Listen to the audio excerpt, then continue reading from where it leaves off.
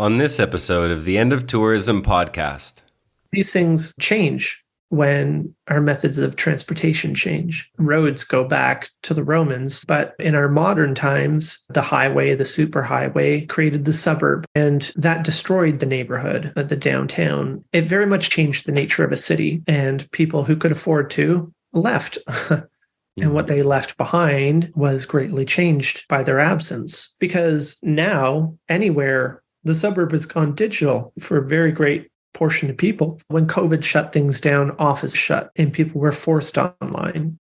Hybrid work is now the norm and probably will be going forward because it makes sense. So this has changed things again and changed things drastically. For example, if you work from home, you never leave work.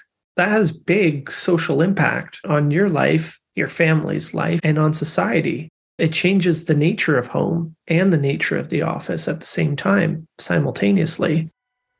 Welcome to the End of Tourism podcast, Season 3, Invocations.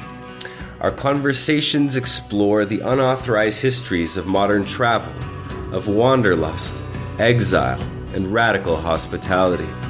They are deep dialogues for the dilemmas of our hypermobile times. Full disclosure, dear listeners, the pod relies on a gift economy model in which your donations ensure that this work continues. Without our current Patreon patrons, I simply wouldn't be able to offer this to you. So thank you to each of you who offer your gifts to this project. There are some simple ways to support the pod. You can do so through the End of Tourism's Patreon account at patreon.com/theendoftourism. Any amount really goes a long way. Now, I've also just launched my new Substack page or newsletter in which you'll receive monthly updates and be able to read all of my archived and new writing on the themes of food, psychedelics, exile, hospitality, and identity, always taking to task the subliminal, mythic, and psychic undercurrents of the culture. Substack will also soon host all of these podcast episodes, so you can sign up for free or on a subscription level basis at chrischristou.substack.com. That's CHRISCHRISTOU.substack.com.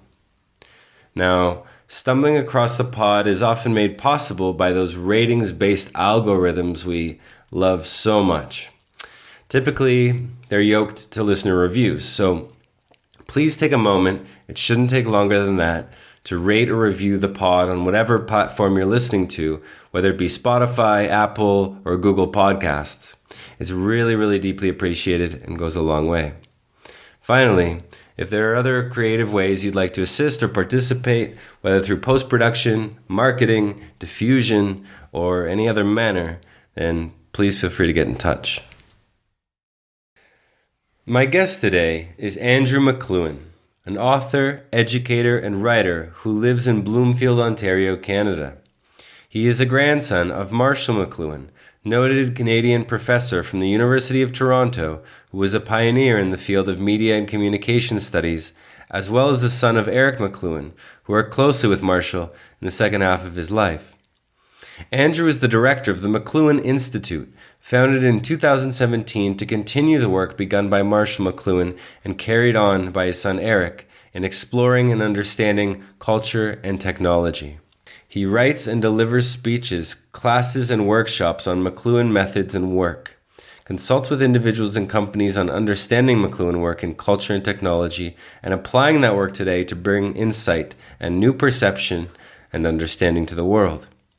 I first met Andrew in 2022 at the behest of a dear friend and scholar who told me about Andrew's online course entitled Understanding Media, or the Understanding Media Intensive, which is sponsored by the San Francisco-based organization Gray Area. After spending close to a year studying one of his grandfather's seminal works alongside others online, I felt it would be imperative to have him on the pod and to discuss how, when we think about travel and technology, how the medium is the message. Welcome to the End of Tourism, Andrew. I'm so excited to have you on the podcast today. Thank you very much. It's really a pleasure to be here. I've been looking forward to this. Me too. So You are, for the benefit of our listeners, the grandson of Marshall McLuhan and the son of Eric McLuhan. You are a man in a long line of groundbreaking intellectuals and the current director of the McLuhan Institute. For our listeners, Andrew and I formally met through the Gray Area and McLuhan Institute sponsored course, the Understanding Media Intensive, which you currently teach. And I'm wondering if you could offer our listeners a bit of background as to how you came to inherit the McLuhan throne in this way. What drew you to your father and grandfather's work? Perhaps besides the obvious. Yeah. Well, the trick to answering a question like that is to be brief, because it's a long answer given that I'm, in my mid 40s at this point. It's a lifelong thing, which is maybe the obvious part. It's a bit of a family affair. It's maybe a little unusual. There aren't a lot of third generations keeping a family tradition going. Often people lose interest by this point. And to be sure, at a younger age, I wasn't very interested at all. It just happened that, I don't know what it is, because I've been thinking about it and why do I care about any of this stuff? And I think it's the right circumstances, the right distance from the sun, the right amount of moisture, a fertile soil, all these things come together. And here I am. I've always been a poet as long as I can remember. I've loved not only words, but I've taken an active interest in perception and experience, emotions, the secret lives of things which maybe people don't stop to think about, but prefer to just get their day going. I like to dwell on those things. And that this McLuhan work has a lot to do with that, a lot of paying attention to things that people overlook, a lot of investigation of perception and experience and change. And so the nature versus nurture question is sometimes difficult to attribute one way or the other. I think it has to be, or at least it is in my case, probably an equal mix. I mean, I just grew up around this stuff. My dad worked with his father, Marshall, from before I was born. So I grew up around this kind of work and interesting people and, philosophy or deeper questions, and encouraged to explore those sides of things. And although I took an interest in my teens, I found it difficult to understand and to approach the work. So I left it alone. Then I tried again in my 20s, and I think it made a bit more sense, but not quite enough to capture my interest. And it was in my mid 30s, about 10 plus years ago now, I suppose, that my dad had an invitation to speak in Poland. And my mom had been going with him on trips because he was a diabetic and he sometimes had, diabetic issues. And you really needed somebody on hand who understood what to do in an emergency situation, especially when there's a language barrier, right? So my mom would go with him to somewhere like Italy or France or, exotic locales. Poland wasn't necessarily high on her list. So I didn't have a lot going on. They asked if I wanted to go and I said, sure. And for the first time in my life, what my dad was talking about made real sense to me. I understood it in a way I hadn't before. And a little bit of understanding goes a long way. It can be an addictive thing. An epiphany is an experience that is unlike any other. There's really nothing to equal it. When something clicks and you understand something, it's really a wonderful thing, and it makes you want more. So, the few days I spent in Poland and there and back with my dad kind of broke things open for me. And I'd been working with him since he died in 2018, and just finding ways to get more and more involved since then. I've always been, I guess, a show and tell. Show and tell was my favorite thing at school, and I love sharing my experiences and my knowledge with people. And that just comes naturally to me. I'm also a performer. I used to play in bands and do poetry readings and all the rest of it. And I have a deep and abiding belief in the power of this work and the necessity of it in today's world. And I feel that I'm I don't use the word unique lightly. It really does mean no other. Mm. distinct. But I believe I am in a distinct position because I'm here in the midst of this legacy and this archive and collection. And having the background that I do, which isn't academic, but a regular person, I think I am in a unique position to bring this work to the world in a different kind of way than it has been before, not from an academic, but from a layperson's perspective. I really believe that, not to be falsely modest, but I don't think I'm an exceptional intellect or anything. I love words and ideas, but the way I say it is if I can understand any of these things, then anybody else can with a bit of work and a bit of help along the way. And I think that's perhaps what I'm suited to is being a bit of a medium between the information in today and tomorrow's audience. So that's perhaps brings us up to the present. So one of the things that I've loved doing is teaching this course on understanding media, which has allowed me to meet people such as yourself and by extension, whoever happens to be listening to this. Mm. Well, definitely an exceptional person and teacher in regards to the course I've been so blessed to be entered into and to participate in. And despite the obvious aspects of your father and your grandfather's work, this lineage that you've also been entered into, of the real dire importance of their work, it's also a blessing to see a third generation picking up the mantle in a way that is very much an endangered species these days, to say the least. And so, before we dive into things too deeply, which I imagine we probably will, I was wondering, this work that your grandfather pioneered, which today is often referred to as, from what I understand anyways, as media ecology, that he was Marshall McLuhan in the 50s, 60s, and 70s, introducing the world to this philosophy or this study that today has become something available to students in universities and post-secondary education and continuing education. I'm wondering if you could, if it's possible, to briefly explain to our listeners what media ecology is and why it might be so important for our time. Sure, I'd be happy to. As with many things, what media ecology is might depend on who you ask. Since you're asking me, I'll give you a particular answer.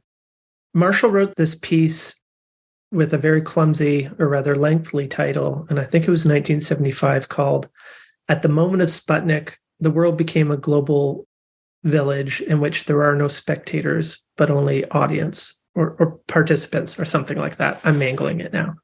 But anyway, he wrote that at the moment of Sputnik, when the Russian satellite went up in 1957, he said at that moment, ecology was born. That for the first time, we got an outside-in look at the world, picture of the world. And that changed what the world meant to us.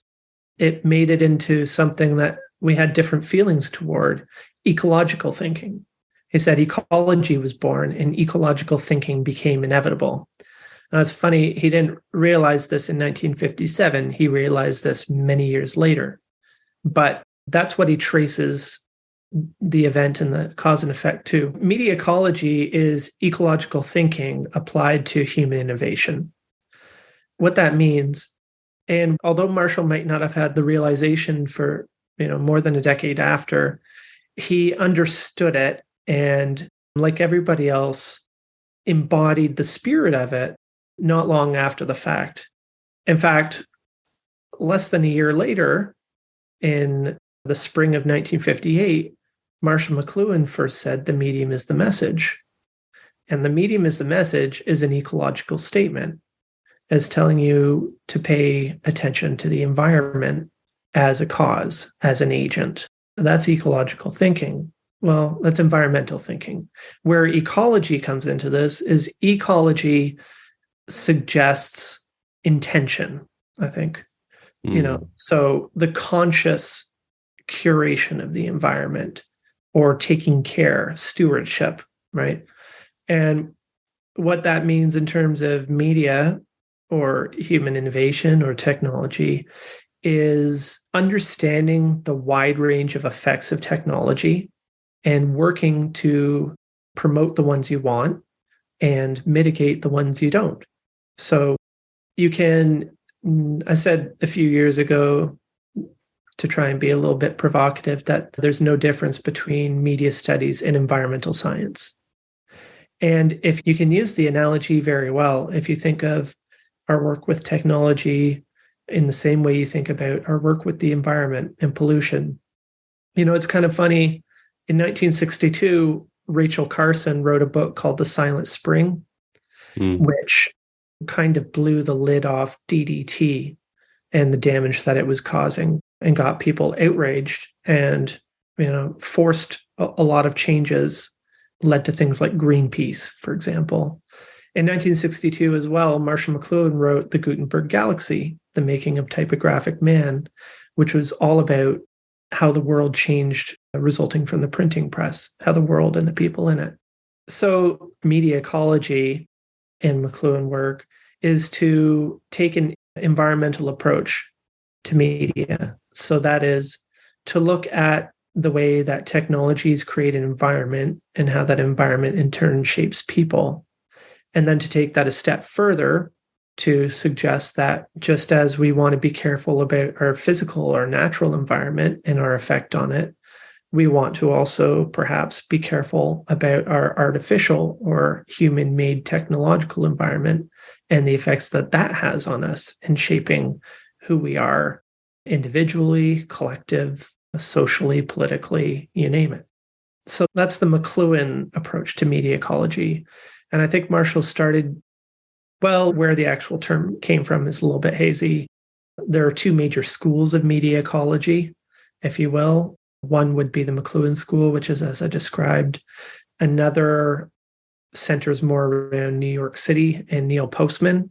And he actually taught a media ecology program at NYU and then at Fordham University, I believe, for many years. And the approach is a little bit different. We'll have to leave it at that for now. And perhaps you should interview somebody from the other media ecology scene to get into how they approach it.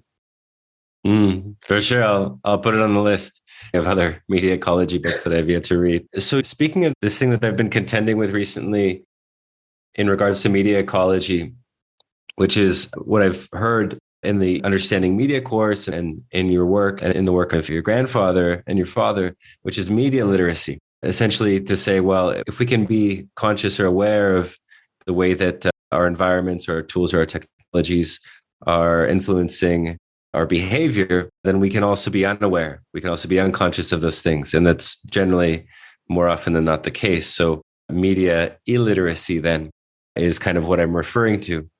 And in that sense, it seems that a lot of this work around McLuhan work or media ecology is a way of trying to decipher the coded language that our tools or technologies have either within them or the ways in which we use them that we're not quite aware of.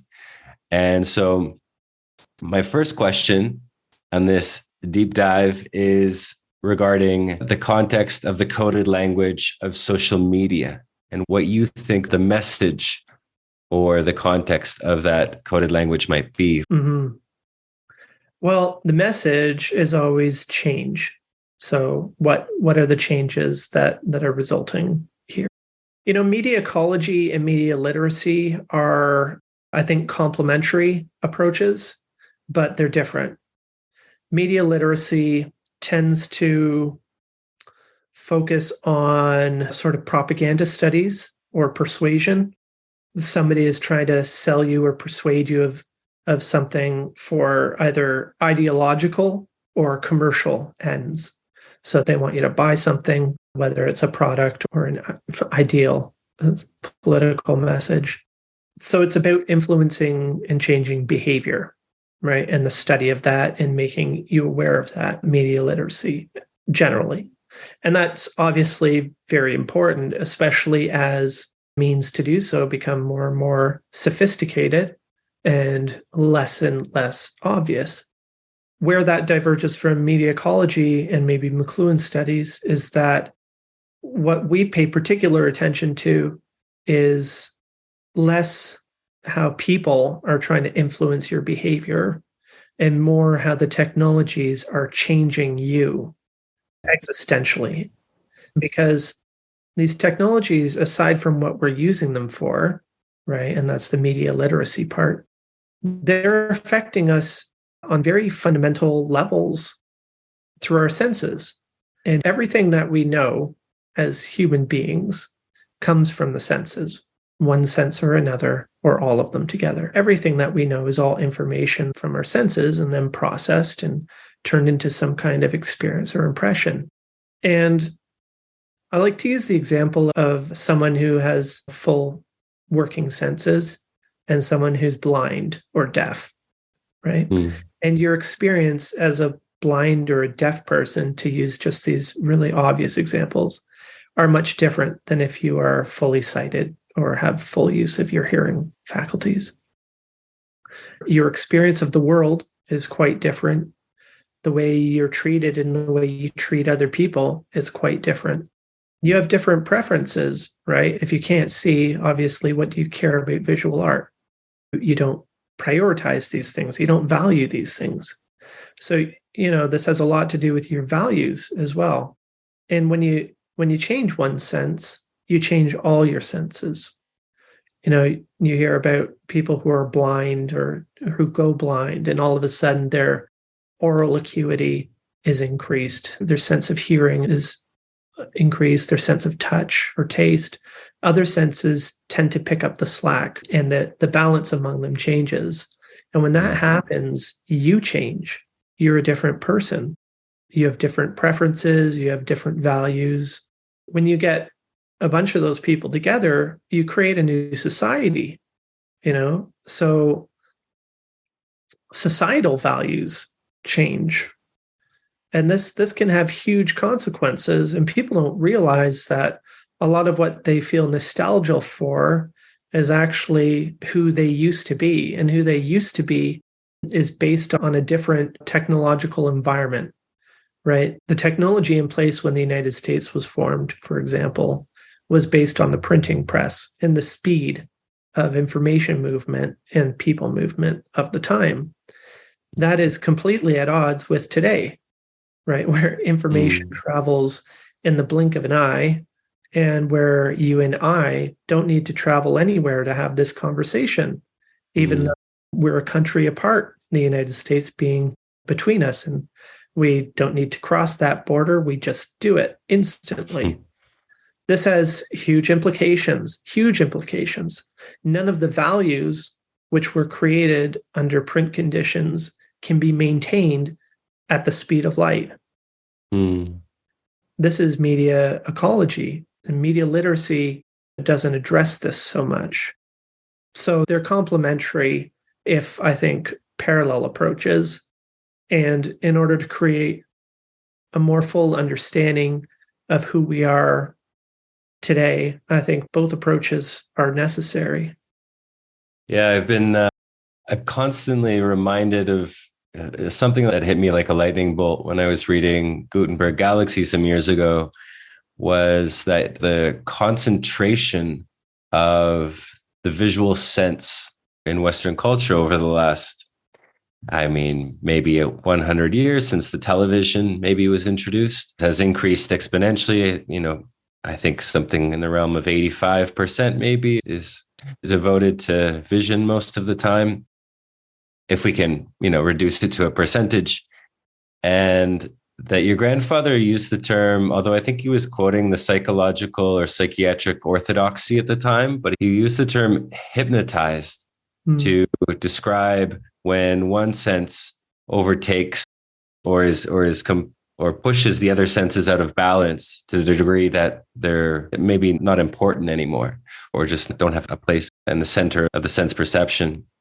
And that really struck me and stuck with me, this notion that through this kind of visual top heaviness of our sense perception culturally, that we're essentially hypnotized beings. Now, I don't know if they use that term anymore, but it's something that I've kind of used to reflect on my use, and certainly the general use of the internet, the cell phone, the television, of course, as well, but certainly more so the computer or the cell phone.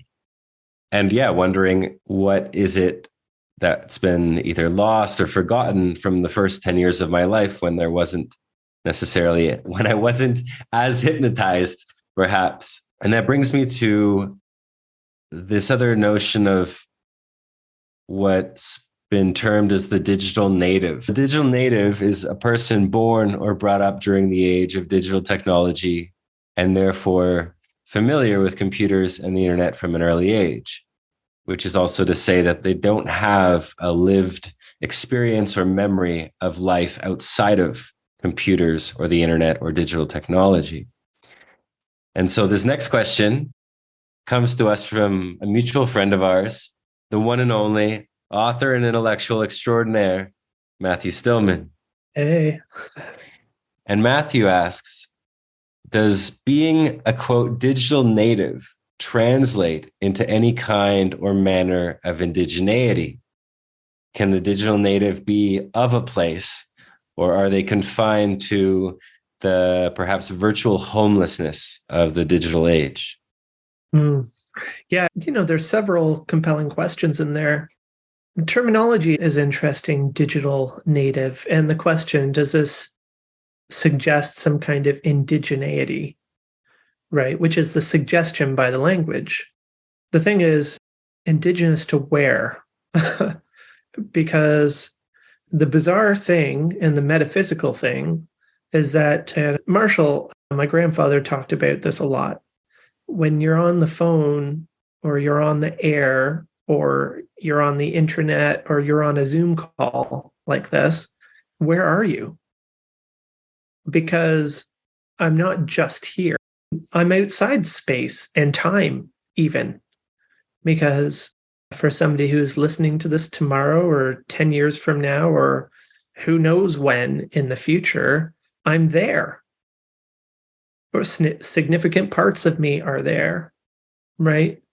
So this brings up very interesting questions, which have very real implications, whether or not you want to get philosophical about it. They have experiential implications as to who we are and what it means to be human.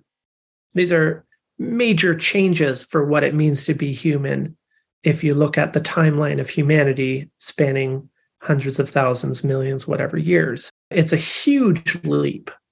And it's a leap not of evolution, but of technology. But it's no less existential of a change. So that's one part of the question, native to where or when even, I mean, the idea of some immortality conferred by technology is not new of itself. Even going back to writing, an author, in a sense, their words live on and they live on through their words. Mm-hmm. Even before writing, if it's not directly attributed, oral storytelling continues on people and traditions by passing it along. I suppose this is in that lineage, but to a much, much more of an extreme. But the question of indigeneity, I think, is important, and it has reciprocal, I feel like I'm using a lot of big words here, but I think there's a reciprocal relationship if you use these terms. Because what does this mean? How does this change the idea of indigeneity at all for people who are of a place for thousands of years and can claim indigeneity there? It feels to me like a cheapening of that category in a way. But it's an interesting term because it's a new way to speak of a generation, digital native. I guess we've spoken about the TV generation, so that is kind of a precursor, but it's not quite the same flavor as digital native, But you're quite right. It is a huge change. And you and I can remember a time before digital everything where anybody born since the turn of the century anyway can't. And that means something. Again, coming back to who we are sensorily, there are huge changes. To go back a little bit to your question about the message of social media, one of the ways Marshall and my father investigated anything, what the message might be in many ways, but one of the simplest, which anybody can do, is found in the subtitle of one of his well-known works, The Medium is the Massage. And the subtitle of that work is An Inventory of Effects. And this was one of the ways he got to understand it. You know, an environment is a complex and dynamic system, right? It's not something that's easy to get a grasp on. Mm-hmm. It's big, it's complex, and it's dynamic in that it's changing, it's shifting, you know? So it's tricky to get an overall picture of an environment, but it's not impossible. It helps to make an inventory. Just start describing it. So you want to know what the message is of social media? Well, just look around you in the world today, right? And make an inventory of effects, how people feel, how people behave, values, preferences, industry, education. What is the state of things? Contrast that with the state of things 20 years ago. Okay. And where have the two come apart? And that's where the change is. You know, what's possible today that wasn't possible yesterday? What's impossible today that was possible yesterday? What new opportunities does this new environment afford? And what things does it no longer support? And take it forward a little bit. If we keep going this way, what might it look like in 10 years? You know, Of course, that's a very difficult thing to consider because change happens so rapidly now that I'm not sure even digital native is an appropriate term for anybody born today. I'm not sure they'll be considered that. Just as Marshall didn't realize at the moment of Sputnik what Sputnik meant, so we won't figure out what today means until a few years from now. It takes a while before we can understand, and usually that understanding comes because we've left it behind and we're in the middle of something else. So that's a sure sign that we've moved on, is when understanding comes. And that can be a little bit unsettling. Well, I'm deeply unsettled by what I see as the continued hypnosis. You know, and I'll just give you an example. I was talking to a mutual friend of ours about the podcast, and there's this imposition that comes kind of in an auto-generated sense from myself and through the use of social media that, you know, why hasn't this gone viral yet? Or why is it that some posts here and there go viral and the rest kind of fall flat, or some of them fall flat? And then everything kind of works itself out in the middle. And this friend of ours was suggesting, you know, well, I mean, you could maybe hire a designer, you could upgrade the visual effects of your social media posts, you could do all these things essentially as a way to hack the algorithm, right? And, you know, I was taking these suggestions to heart as possible ways to improve engagement, as they call it, and then realizing that at the end of the day, the end of tourism, my notion of what the end of tourism is, or the end of a touristic way of life, is a way of undermining and subverting the algorithm, right? Not feeding it.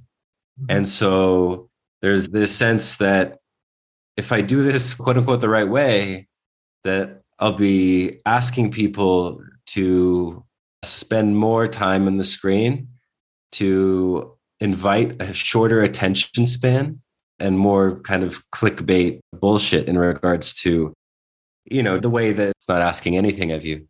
So that's kind of the stuckness that I feel. I'm with you.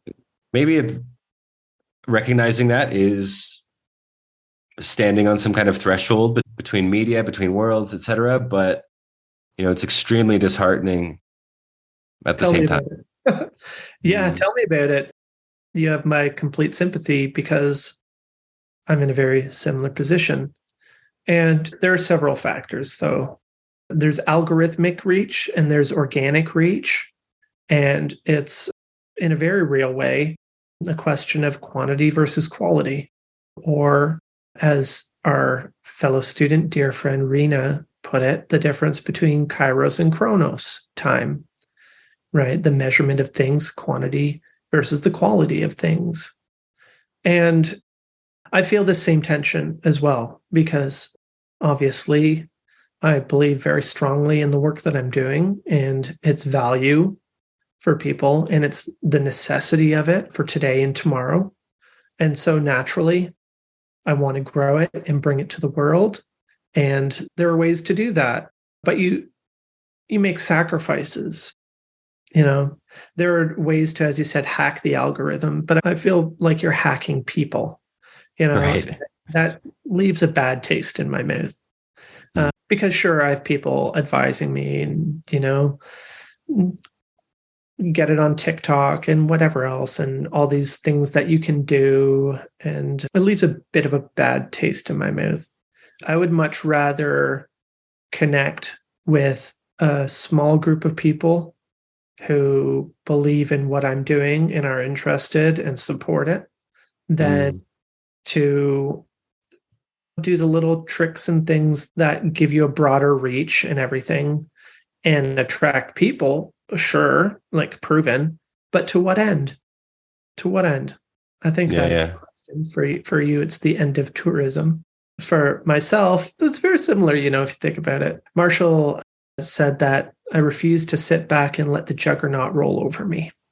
He wanted to end the cycle of what he called somnambulism or sleepwalking, that we go through life and not paying attention, basically, to what we're doing to ourselves when we do this thing called innovation. Because there's the ostensible purpose, right? And then there's the actual effect. And they're two very different things often. And we consistently fool ourselves into thinking that these ends justify these other effects. It's like if you watch on television, an ad come up for a drug company and they've got a new drug coming out. And you've got these people hand in hand splashing through the surf. Or let's say they're splashing through the surf and they're going on a kite thing and they're horseback riding along the beach and come to sunny Mexico with your family for your all-inclusive resort, right? But what they don't advertise is the real effect of that. And that is the marginalization of communities, the gentrification, the loss of culture, the change, all these things, these cultural changes that result from hypertourism. On the drug side, you have people hand in hand, walking through the heather and living their best lives, and God, life has been improved. And in the background is this guy speaking rapid fire, telling you all the horrible stuff that will happen if you actually take this drug. You're going to have diarrhea and possible internal bleeding and cognitive impairment and all these other things that could happen, all these potential side effects. It's a question about benefit, and this is the same relationship that we have with our technologies. We see these devices as labor saving or enabling things, but what way of life do they end? What values that we currently treasure are overturned? What values will be creative? Because they're oftentimes at odds with each other. And speaking generically of we tend to decry the loss of our values, and we do it loudest on Twitter. And we don't see the disconnect. But there's a very real relationship happening here, and we have no idea because we really don't want to know. Because it suggests responsibility. And just like when I'm signing up for my all-inclusive trip to Cabo St. Lucas, I don't want to think about the effect on the local economy or local culture. That's not part of the package that I'm interested in. I've got a week off work, and damn it, I just want to eat and drink and have a good time with my family. And rightly so. But is that the way it should be? I don't know, but I understand it because, you know, we've got to live our life. And in order to live our life, we have to let things slide. We have to. At this moment, my heart is beating and pumping blood through my body. My hair is growing. My nails are growing. My body is doing all these things vital and necessary to its function that I'm not consciously doing. Because if I sit here and think about it, how am I going to get anything else done? You know, we have to let things slide. We talk about the difference between living in the country and living in the city and how, oh, it's so much friendlier in the country. In the city, you're nobody and it's cold. And well, out here in the country where I live, I know a lot of my neighbors. I'd say hi to people on the street, but that's because there's very few of them. If I lived in the city where I have 500,000 neighbors, not, 50 neighbors, I couldn't possibly say hi to all of them. I'd never get anywhere, We have to let things slide in order to function. But we do these things, but they're choices. They're choices. And I think if we want to, here I'm being a bit idealistic and lofty, but if we want to have a different world, we have to make different choices. And hand in hand with that, I think we have a lot more agency than people assume. The choices aren't necessarily easy or comfortable. And certainly they're easier and more comfortable for some people, but they are choices, difficult or not. And I think if we want to, and this is a big if, but if we want to take a more active and responsible part in our lives and the lives of people around us, we need to consider the things that we do as choices that we make and whether they're the choices we want to be making. I don't know exactly how we got from there to here, but here we are. Amen. Well, it reminds me a little bit, the notion of consequence about your grandfather's notion of amputation and magnification of the senses, in the sense of the wheel amplifies the foot, but it amputates the foot. And so I have, for our last few questions, a bit of an avenue towards wondering about travel as media or as a medium. But in regards to the wheel's power, for example, this incredible invention that's moved us and pretty much everything over the course of millennia. In your grandfather's book, Understanding Media, he wrote the following, that, quote, "The transformations of the wheel as expediter of tasks and architect of ever new human relations is far from finished. But its shaping power is waning in the electric age of information, and that fact makes us much more aware of its characteristic form as now tending toward the archaic." So that statement was written and published in the early 60s. And since then, there's been a massive rise in international travel and tourism in those 60 years. And I'm wondering if you think that statement still resonates with our times, given those changes.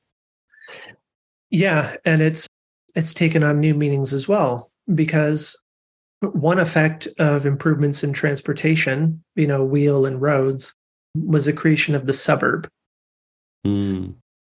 Before there were good highways and good vehicles to travel on them, before rail, even transportation, you lived and worked in a finite kind of space, walking distance, really, maybe riding distance.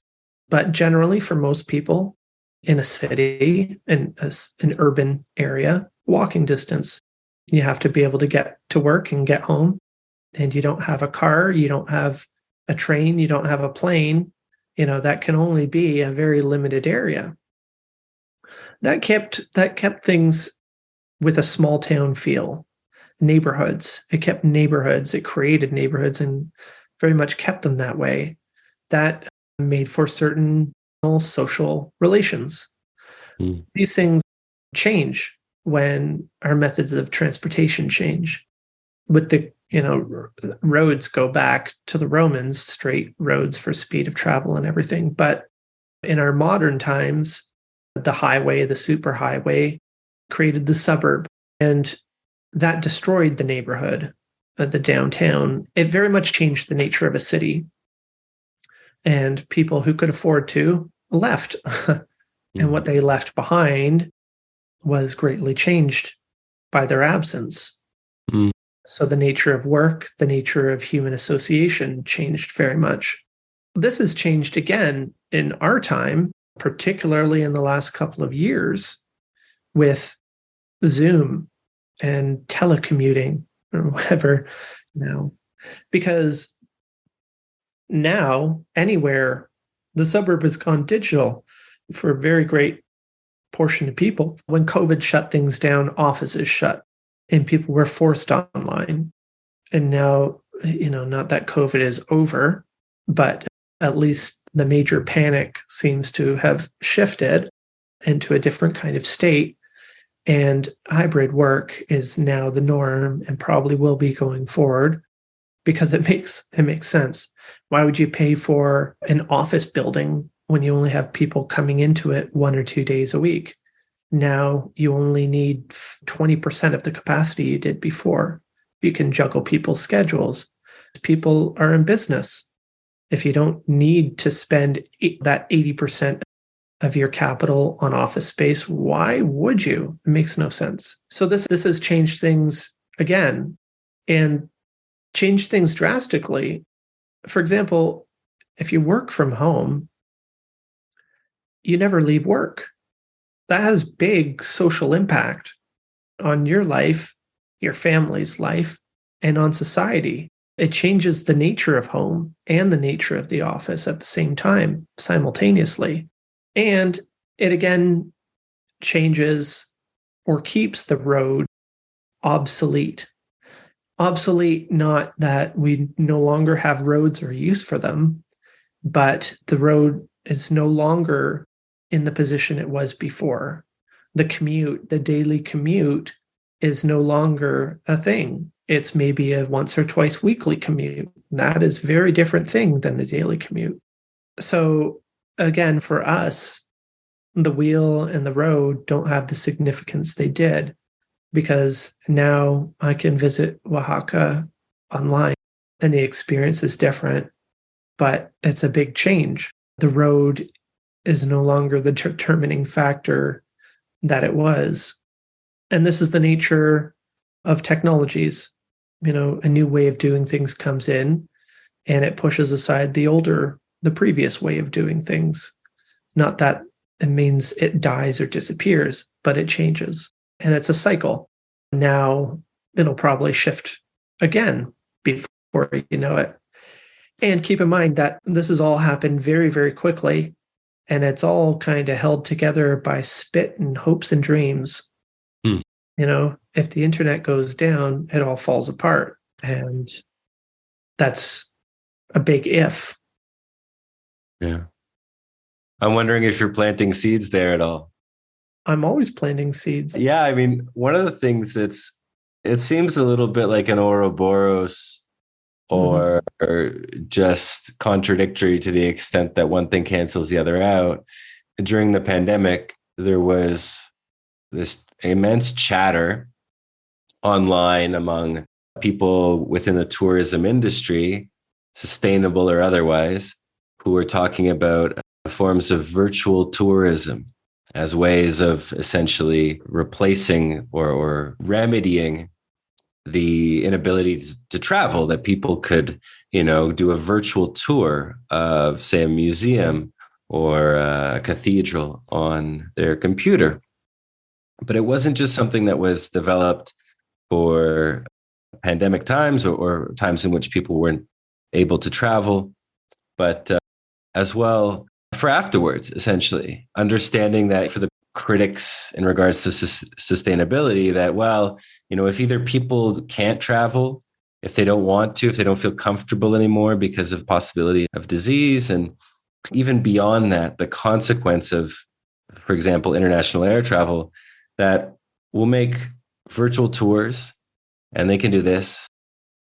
But at the end of the day, it ends up deepening this relative, we might say, alienation or exile from the neighborhood, from the world, etc. And so where to go from there? Of course, it's just the same thing happening over and over again. And so, tourism is a funny thing. It's a mutual cash grab, really, a mutual taking advantage of, essentially. The area in which I live, Prince Edward County, has been called Toronto's Hamptons, which is Prince Edward County is to Toronto as the Hamptons are to New York City. And it's not an instant tourism industry here. This area has been a tourist area for a long time, going back a century or more, depending on how you want to look at it. But one thing that's changed, and I'm sure this has changed down there as well, since the pandemic, people not only want to visit here, they want to move here, because all of a sudden, and maybe this has to do with what we were talking about, people no longer want to live in the city. They want to live out here. And there's a classic, overheard a farmer saying this years ago, that we have a lot of people are moving in, but we don't have many new neighbors. Wow. That's a deep thing to say. And that goes to the heart of what we're talking about when we talk about tourism versus travel. But it's a matter of attitude. The tourist, when thought of at their most grotesque, is like a hit and run, throwing money around, looking to extract value while leaving as little of it behind, right? And then in between there, you have the tourist economy, or the operators who are trying to extract the value from the tourists and being business people, leaving as little of it behind as possible, not really doing much to enrich the people or the area itself. And this idea of ecology and environmental awareness comes to play here, because that kind of extractive or crassly capitalist approach just doesn't hit right anymore. It hits differently, as the kids say today. And I think many people today, if they think about it, don't want to be part of that. That's not who they want to be. They have some sympathy, but at the same time, they also have a week off and they want to relax. Well, so what can they do? What's the solution here? The difficulty with digital tourism is the depth of experience. It's shallow. While it's wonderful having this conversation, I'd much rather have it there with you. It's a completely different experience and a much more fulfilling experience to be there. It's a much more fulfilling experience to be in the museum than to take a digital tour, even in VR or something. What is the answer?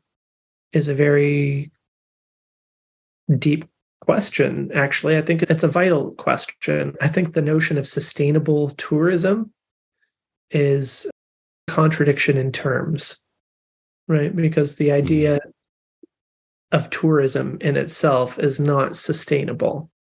So what is a different solution? That's an interesting question.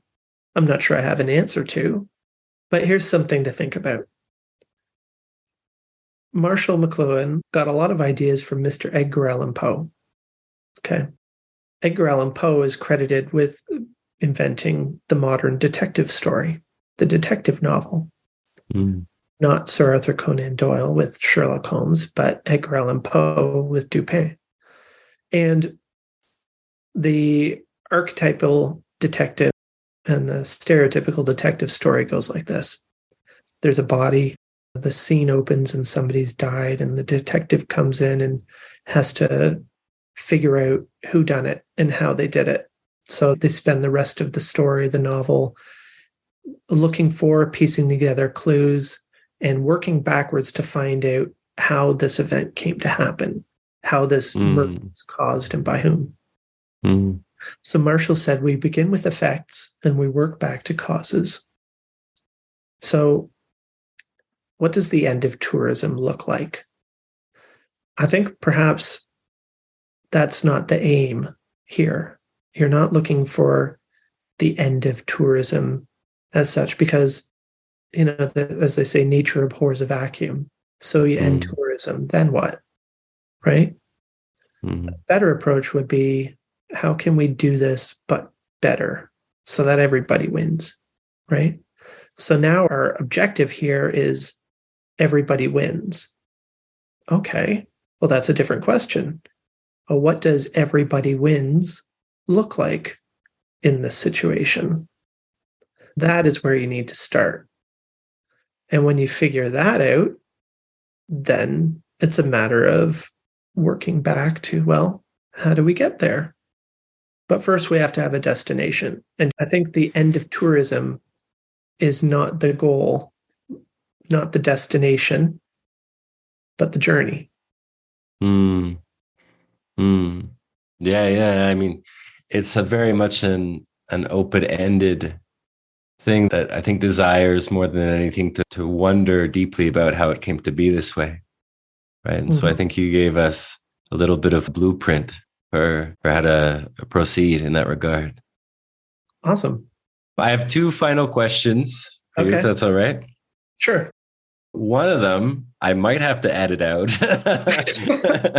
And I'm going to read the question as our good friend Matthew wrote it. No problem. I often enjoy answering questions indirectly or not at all. That's the prerogative. Okay. So Marshall McLuhan, your grandfather, claimed that the 10 thunders from Finnegan's Wake each embody parts of the effects of different technologies or media environments. The third thunder, according to Marshall McLuhan, marks, quote, transport.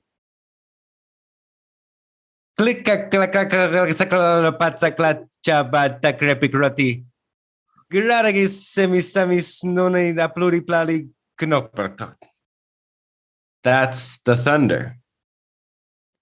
The question is, can we attempt to break apart the portmanteau or thunder to see what it might say about the effects of travel?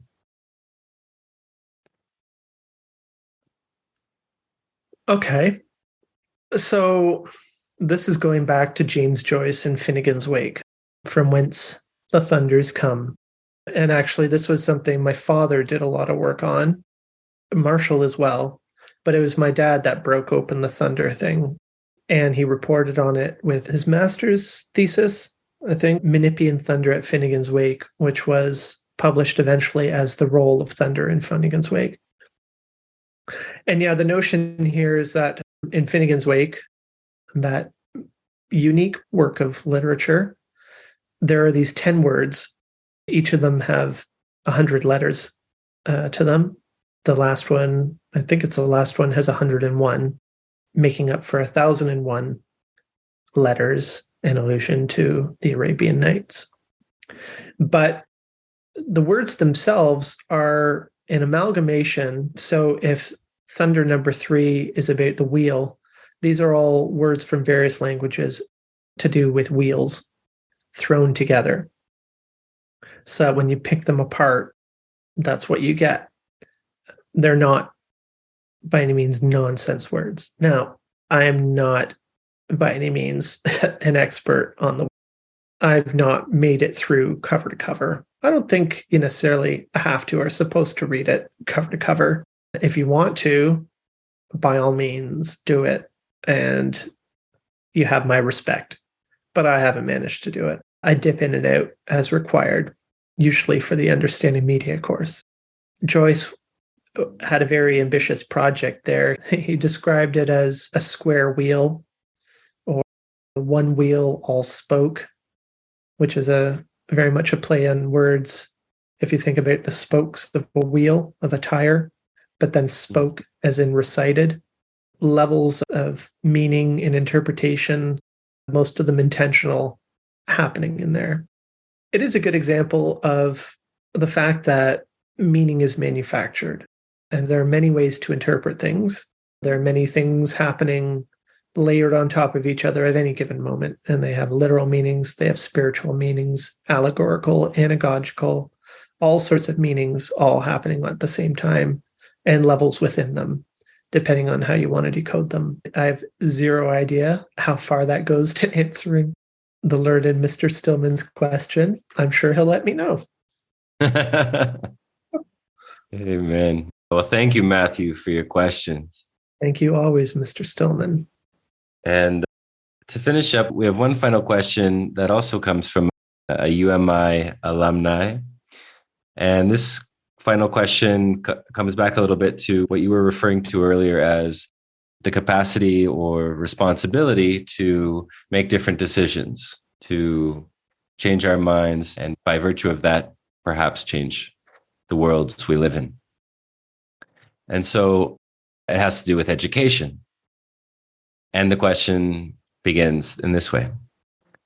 Many would agree that the average person's relative media illiteracy stems from a lack of education. When we approach a new tool or technology, we're typically given instructions on how to use it, but never how it might use us. And so we're left with instruction without much awareness. And this question, finally, comes from Rena, a perpetual student and fellow cultural educator. And she writes in to ask, what do you imagine an achieved education would look like in our time? What kind of projects would the McLuhan Institute undertake if, for example, money was of no concern? Well, I'm really fortunate and blessed to have such wonderful students. It's great. I don't know what to say about it except to say that I feel very, very grateful. If money were no object, well, for me anyway, McLuhan work isn't so much training in concepts as training in percepts, training people how to notice things, how to become conscious, because that's the key to empowerment. The key to making different decisions is in enhancing your understanding, enhancing your perception, right? It's that whole Rumsfeld thing about known knowns and unknown unknowns. And we don't know what we don't know. We don't know what we don't perceive. I'm going to let you in on a little bit of secret about UMI. Understanding Media Intensive, this course that you're taking and others have taken, is a very intentional thing. You know, we're there ostensibly to look at and study this book, Understanding Media. That's the content. Okay. The course to do it is 36 classes long, and they happen once a week in 3 parts. I'm trying to compress that so it all takes place within one school year, September to June. Currently, it takes about 18 months. So once a week, we get together for 3 hours or so, and we read, and we discuss, and we explore, and we share. But we immerse ourselves in text, in paper, and pens and pencils, and in ideas, in dialogue, in talking with each other, in going deeply, in not speed, but in depth. And we do this once a week for a sustained period of time. And the point of this is to change you, to broaden you, to widen your faculties, to make you more open to perception and consequently understanding. And that is a supposed side effect of the course, but it's really the primary purpose.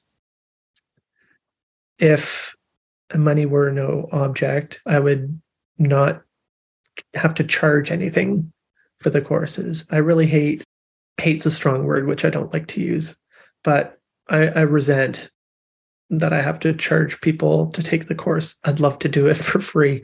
And honestly, I end up doing it for free for a lot of people because there are scholarships. Do you allow swearing on your podcast? Yeah. Personally, fuck a paywall. That's how I feel about it. At the same time, I got to heat the place. I got to light the place. I want to build. I want to offer things. And I can't do that without money. I got infrastructure to support and to develop. So I have to make money.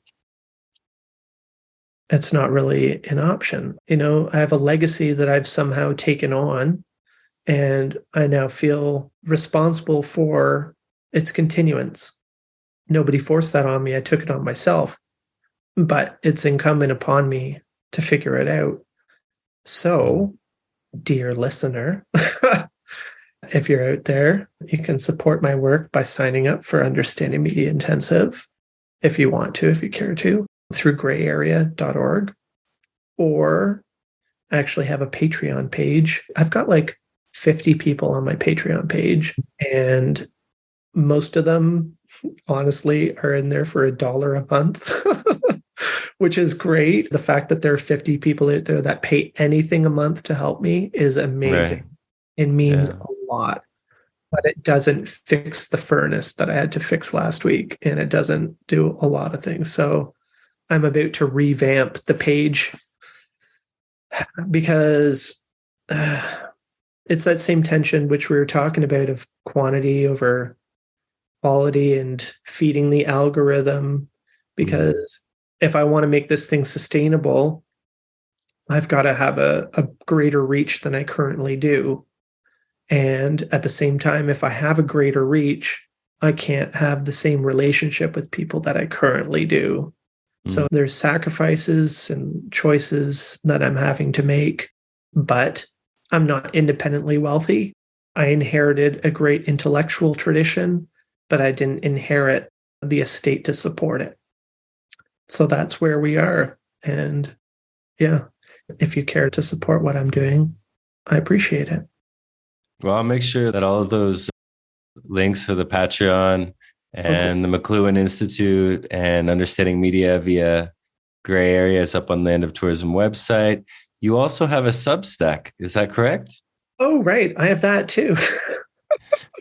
I have a Substack. So the idea with my Substack is that I kind of wanted to resurrect something called the Distant Early Warning newsletter, the DoLine newsletter, which Marshall put out in the late 60s. And I wanted to do something similar. And the idea was to do a hybrid digital physical thing, because the heart and soul of what I do is rooted in accessibility, making this work accessible in terms of being available, but accessible in terms of, like I said, with as few barriers as possible, financial or intellectual. So I wanted to do a digital version that anybody could access for free.